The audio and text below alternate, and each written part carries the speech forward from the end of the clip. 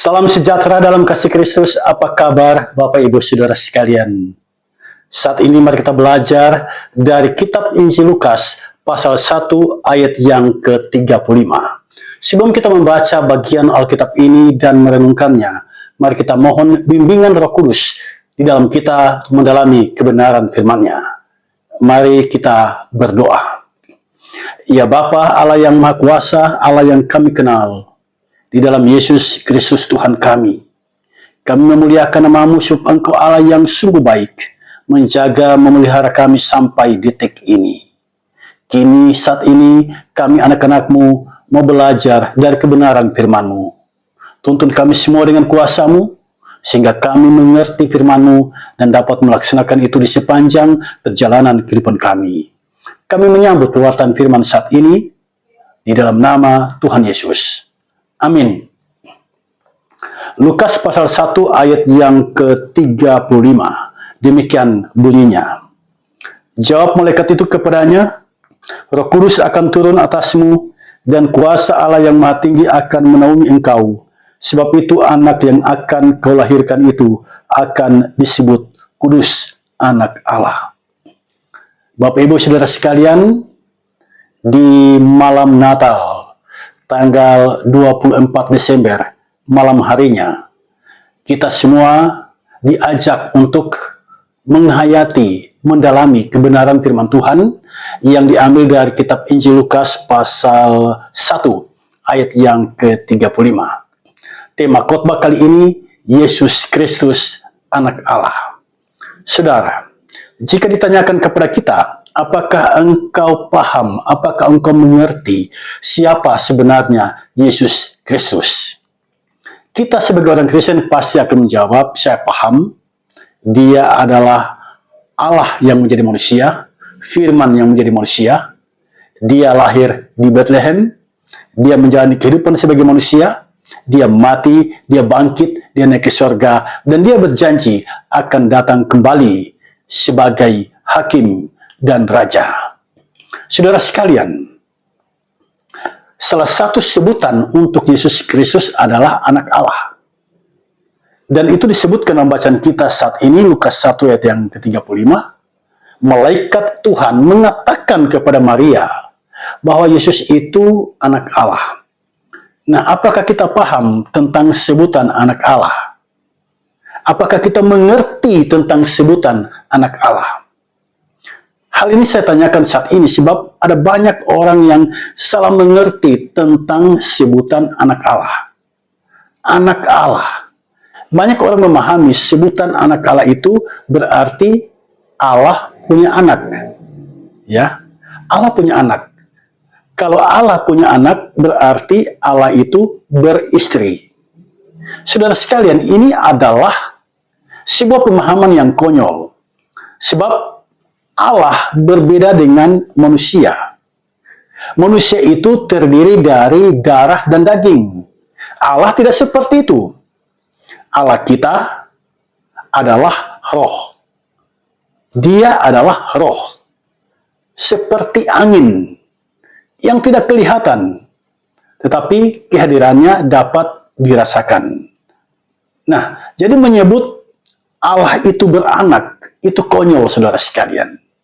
Menyebut Allah itu beristri seperti yang dipahami oleh orang Yunani tempo dulu, itu pemahaman yang konyol. Bagaimana mungkin roh itu beristri? Yang punya istri adalah yang terdiri dari daging dan darah, itulah manusia. Jadi pemahaman ini adalah pemahaman yang tidak benar, pemahaman yang konyol, pemahaman yang sesat.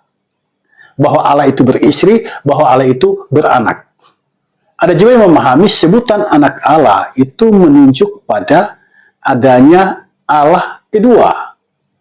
Artinya ada yang diciptakan oleh Allah. Dan yang diciptakan itu adalah anak Allah. Nah, ini pemahaman yang juga pernah ada dalam sejarah hidup manusia, memahami anak Allah seperti itu.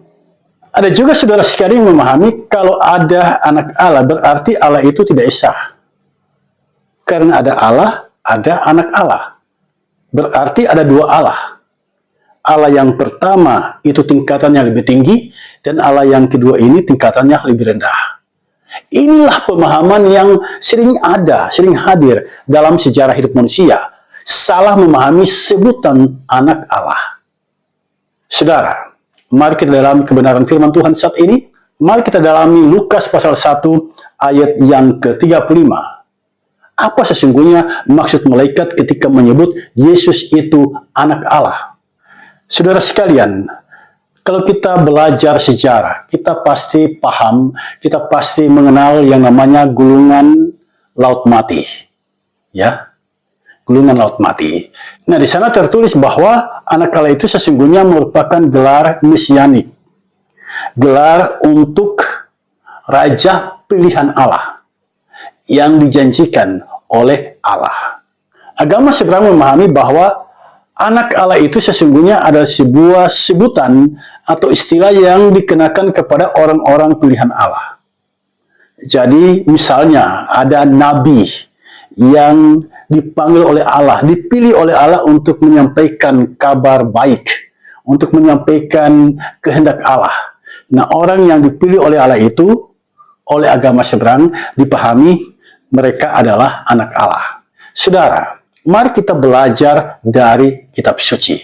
Di dalam perjanjian lama ternyata ada sebutan anak Allah. Mari kita lihat Keluaran pasal 4 ayat 22. Sebutan anak Allah ini dikenakan kepada siapa? Atau siapa sesungguhnya yang dimaksud dengan anak Allah? Saya akan bacakan bagi kita semua Keluaran 4 ayat 22. Maka engkau harus berkata kepada Firaun, beginilah firman Tuhan, Israel ialah anakku, anakku yang sulung. Tuhan menyampaikan kepada Musa, sampaikan kepada Firaun bahwa Israel adalah anakku, anakku yang sulung. Jadi sebutan anak Allah itu digunakan oleh Musa dalam kitab Keluaran pasal 4 ayat 22, yang mana anak Allah ini sesungguhnya menunjuk kepada bangsa Israel. Bangsa Israel disebut oleh Tuhan sebagai anak Allah. Mengapa Israel disebut sebagai anak Allah? Karena Tuhan yang memanggil, Tuhan yang memilih mereka menjadi umat kesayangannya. Saudara sekalian, yang kedua, sebutan anak Allah digunakan untuk menunjuk pada raja dari garis keturunan Daud. Kita bisa lihat itu dalam 2 Samuel pasal 7 ayat yang ke-14. Ini adalah ucapan atau perkataan Tuhan yang disampaikan oleh Nabi Nathan kepada Daud. Bunyinya seperti ini. Aku akan menjadi bapaknya dan ia akan menjadi anakku. Apabila ia melakukan kesalahan, maka aku akan menghukum dia dengan rotan yang dipakai orang dan dengan pukulan yang diberikan anak-anak manusia. Perhatikan saudara sekalian, Tuhan menyampaikan kepada Daud, aku akan menjadi bapaknya dan ia akan menjadi anakku. Jadi sebutan anak Allah ini ditujukan kepada raja dari garis keturunan Daud. Yang ketiga, sebutan anak Allah sesungguhnya merupakan gelar yang diberikan kepada raja. Hal itu dapat kita lihat dalam Mazmur pasal 2 ayat yang ke-7. Demikian bunyinya. Aku mau menceritakan tentang ketetapan Tuhan. Ia berkata kepadaku, anakku engkau telah kuperanakan pada hari ini. Jadi ini merupakan gelar bagi raja. Nah, secara kolektif, anak-anak Allah, kalau kita melihat Ayub pasal 1 ayat 6, itu menunjuk pada malaikat. Jadi malaikat disebut anak-anak Allah. Nah, sekarang mari kita lihat perjanjian baru. Apa catatan perjanjian baru tentang sebutan anak Allah?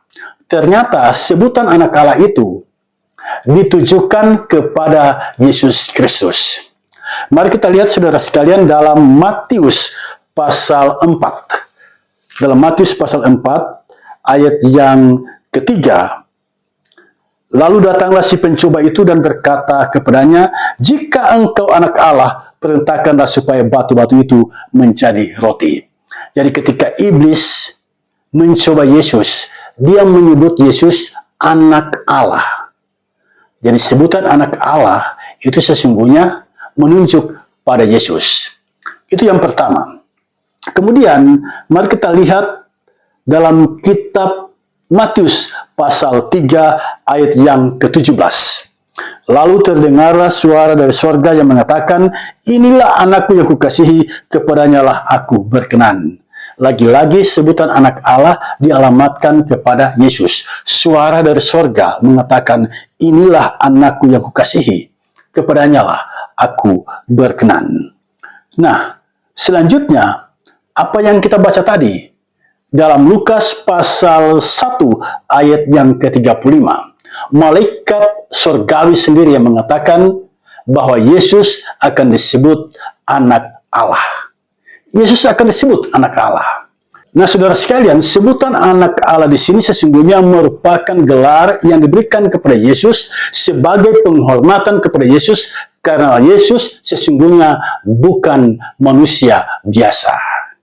Nah, sedangkan murid-muridnya disebut anak-anak Allah, ya.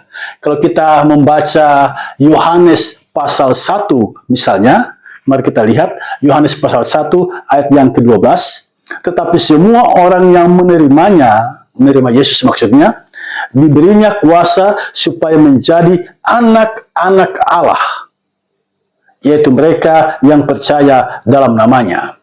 Jadi semua orang yang menerima Yesus sebagai Tuhan dan Juru Selamatnya diberikan kuasa oleh Tuhan dan mereka menjadi anak-anak Allah. Selanjutnya mari kita lihat juga dalam Yohanes pasal 11, Yohanes pasal 11 ayat yang ke-52. Di sini tertulis, dan bukan untuk bangsa itu saja, tetapi juga untuk mengumpulkan dan mempersatukan anak-anak Allah yang tercerai-berai. Jadi, anak-anak Allah merupakan sebutan kepada orang-orang yang menerima Yesus sebagai Tuhan dan Juru Selamatnya. Lebih tegas lagi kalau kita membaca Roma pasal 8 ayat yang ke-16. Roh itu bersaksi bersama-sama dengan roh kita bahwa kita adalah anak-anak Allah. Jadi, Roh Kudus bersaksi dengan roh yang ada pada kita bahwa kita adalah anak-anak Allah. Dan yang terakhir, Efesus pasal 1 ayat yang ke-5. Demikian bunyinya, dalam kasih ia telah menentukan kita dari semula oleh Yesus Kristus untuk menjadi anak-anaknya sesuai dengan kerelaan kehendaknya. Jadi jelas bagi kita, semua orang yang menerima Yesus sebagai Tuhan, semua orang yang menerima Yesus sebagai Juru Selamat, mereka adalah anak-anak Allah.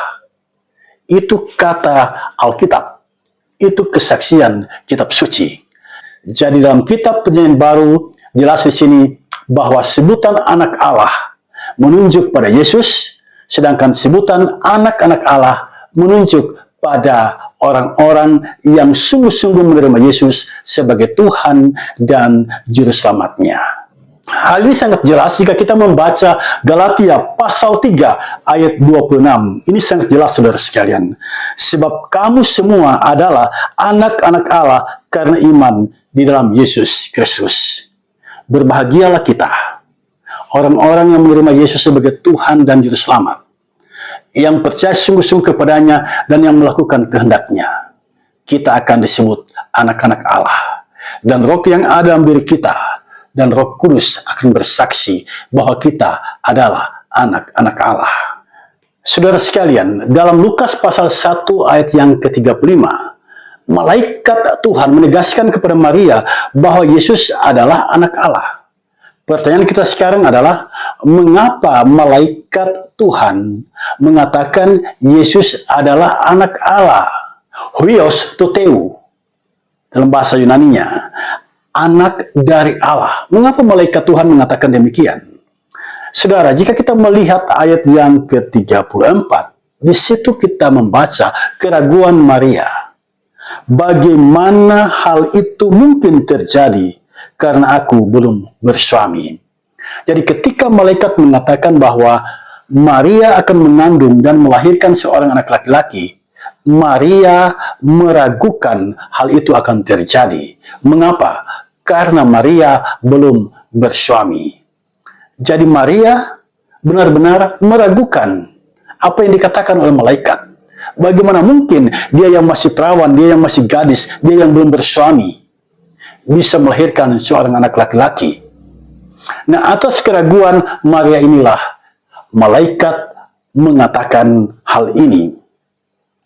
Roh Kudus akan turun atasmu dan kuasa Allah yang Maha Tinggi akan menaungi engkau, sebab itu anak yang akan kelahirkan itu akan disebut kudus, anak Allah. Apa yang tidak mungkin, itu mungkin bagi Allah. Malaikat Gabriel di sini menjelaskan semuanya kepada Yesus, bahwa Roh Kudus akan turun atasmu dan kuasa Allah yang Maha Tinggi akan menaungi engkau. Jadi Maria benar-benar akan mengandung dan melahirkan seorang anak laki-laki. Itu adalah karya Roh Kudus. Karya Roh Kudus. Dan kuasa Allah yang Maha Tinggi menaungi Maria. Nah, jadi malaikat Tuhan menjelaskan tentang Yesus, anak Allah, untuk menjawab keraguan Maria. Sebutan anak Allah di sini merupakan gelar penghormatan yang diberikan kepada Yesus karena dia bukanlah manusia biasa. Saudara, Yesus disebut anak Allah. Mengapa demikian? Pertama, karena Yesus datang dari Allah, Yesus keluar dari Allah. Hal itu dapat kita baca di dalam kitab Injil Yohanes pasal yang ke-8 ayat yang ke-42. Saya akan bacakan bagi kita semua. Kata Yesus kepada mereka, "Jikalau Allah adalah Bapamu, kamu akan mengasihi aku, sebab aku keluar dan datang dari Allah. Dan aku datang bukan atas kehendakku sendiri, melainkan Dialah yang mengutus aku." Itulah Yesus. Jadi banyak orang mengatakan Yesus itu manusia biasa. Banyak orang mengatakan Yesus itu manusia setengah dewa, setengah Allah. Itu pemahaman yang keliru. Di sini Yesus membuka rahasia dirinya. Dalam Yohanes pasal 8 ayat yang ke-42. Yesus mengatakan bahwa dia datang dari Allah. Dia keluar dari Allah. Datang dari Allah, keluar dari Allah. Itu berarti Yesus Kristus adalah Allah itu sendiri. Karena itu dia disebut anak Allah. Gelar penghormatan yang diberikan kepadanya bahwa dia bukanlah manusia biasa. Dalam Yohanes pasal 1, dia disebut sebagai firman. Dan dalam ayat yang ke-14, dia disebut firman yang menjadi manusia. Karena Yesus adalah firman yang menjadi manusia, maka dia disebut anak Allah.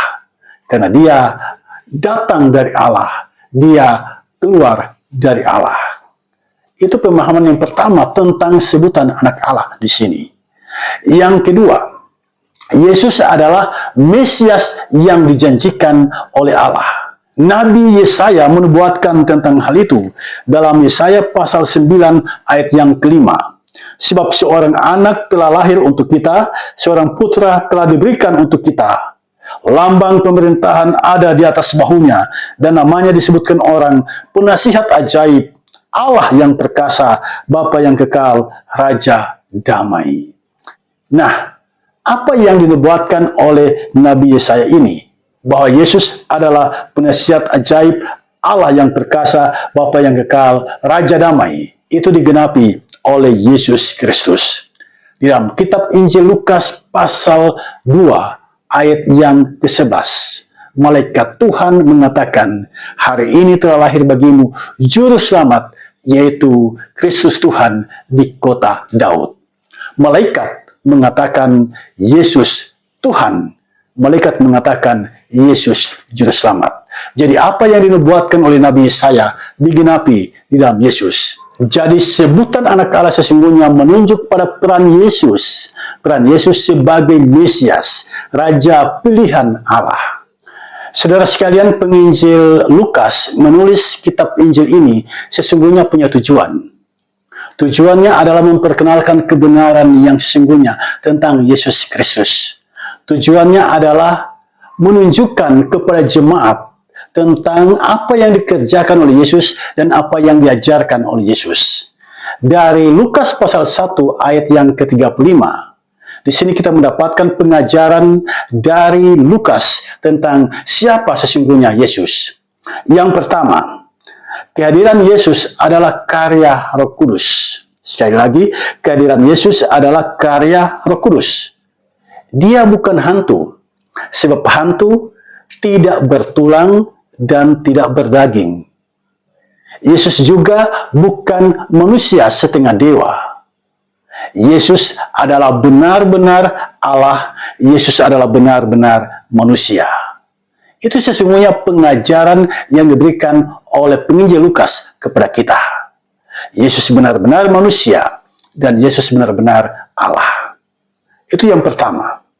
Jangan kita terpengaruh dengan ajaran apapun yang meragukan tentang ketuhanan Yesus. Yesus benar-benar Allah. Yesus benar-benar manusia. Yang kedua, Lukas mengajarkan kita, Yesus disebut anak Allah karena dia berasal dari Allah. Berasal dari Allah bukan berarti dia adalah Allah kedua. Berasal dari Allah bukan berarti dia dilahirkan oleh Allah. Berasal dari Allah sesungguhnya mengandung pengertian dia adalah firman yang menjadi manusia. Pengajaran yang ketiga, berita tentang Yesus anak Allah itu sesungguhnya menjawab keraguan Maria. Bagaimana mungkin dia yang belum bersuami bisa melahirkan seorang anak laki-laki? Jadi Maria menggunakan akal budinya untuk memahami ucapan malaikat. Dan dia tiba pada sebuah kesimpulan, tidak mungkin dia melahirkan seorang anak laki-laki karena dia belum bersuami. Melalui kitab Injilnya ini, Lukas sesungguhnya sedang menantang jemaat, mempertanyakan sejauh mana jemaat beriman kepada Yesus. Apakah mereka masih meragukan tentang ketuhanan Yesus? Apakah mereka masih sangsi tentang Yesus yang berasal dari Allah?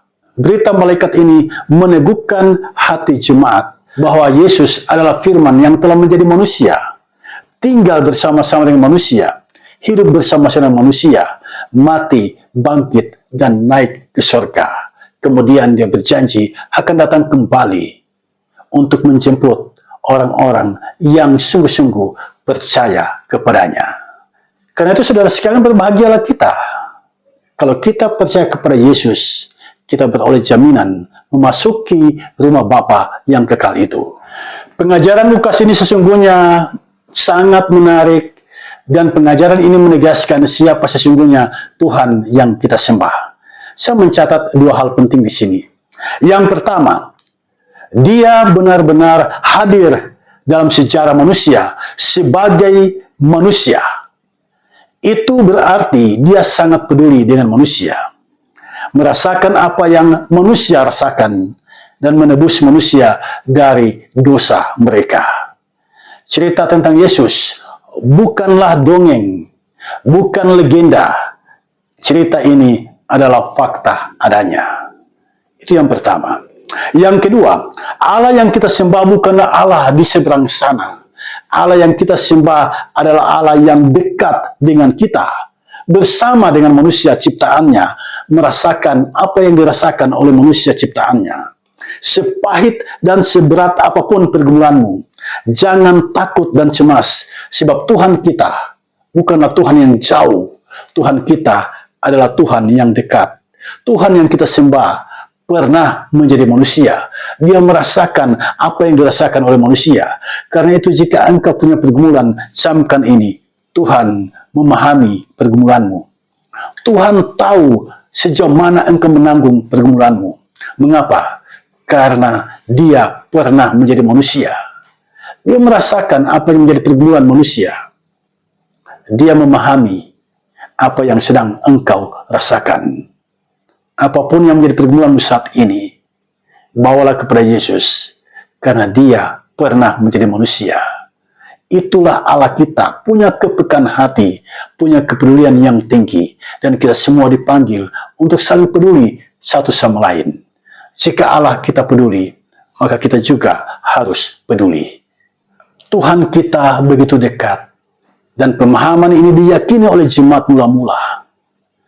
Tuhan ada bersama-sama dengan mereka. Karena itu ketika mereka berhadapan dengan tantangan, pergumulan, bahkan ancaman kematian, mereka tidak takut. Mereka tersenyum. Mengapa? Karena mereka tahu Tuhan mereka ada bersama-sama dengan mereka. Dialah Sang Immanuel, Allah beserta kita. Saudara sekalian, Yesus adalah anak Allah.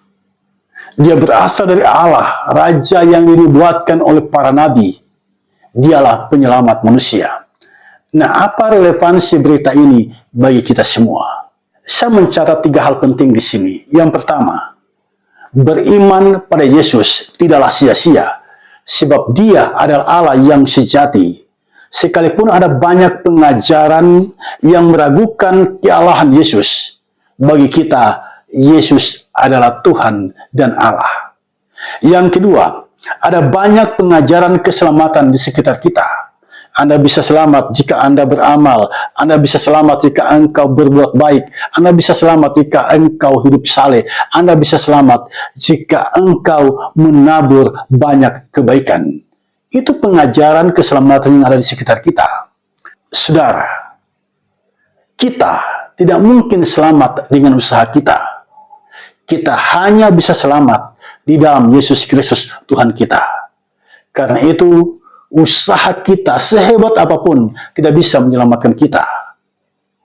Orang yang jatuh ke dalam dosa itu ibarat orang yang jatuh ke dalam sumur. Dia tidak mungkin bisa keluar dari sumur itu, kecuali ada orang yang mengeluarkan tangga ataupun mengeluarkan tali kepadanya, lalu menariknya keluar. Kita yang telah jatuh ke dalam dosa tidak mungkin bisa keluar dari lumpur dosa, kecuali ada orang yang datang menyelamatkan kita. Disinilah pentingnya Yesus Kristus bagi kita.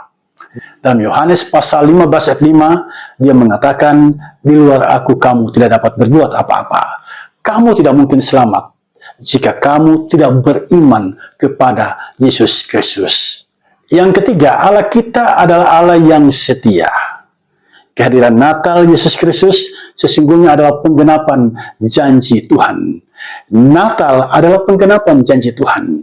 Apa yang dinubuatkan oleh para nabi itu digenapi oleh Yesus Kristus Tuhan kita.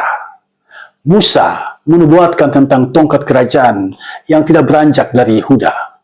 Mika menubuatkan tentang tempat kelahiran Yesus, tempat kelahiran Sang Mesias, yaitu Bethlehem. Dan Nabi Yesaya menubuatkan tentang Raja Damai, kehadiran Sang Immanuel. Jadi jelas bagi kita, apa yang dijanjikan oleh Allah melalui para nabi digenapi oleh Yesus Kristus.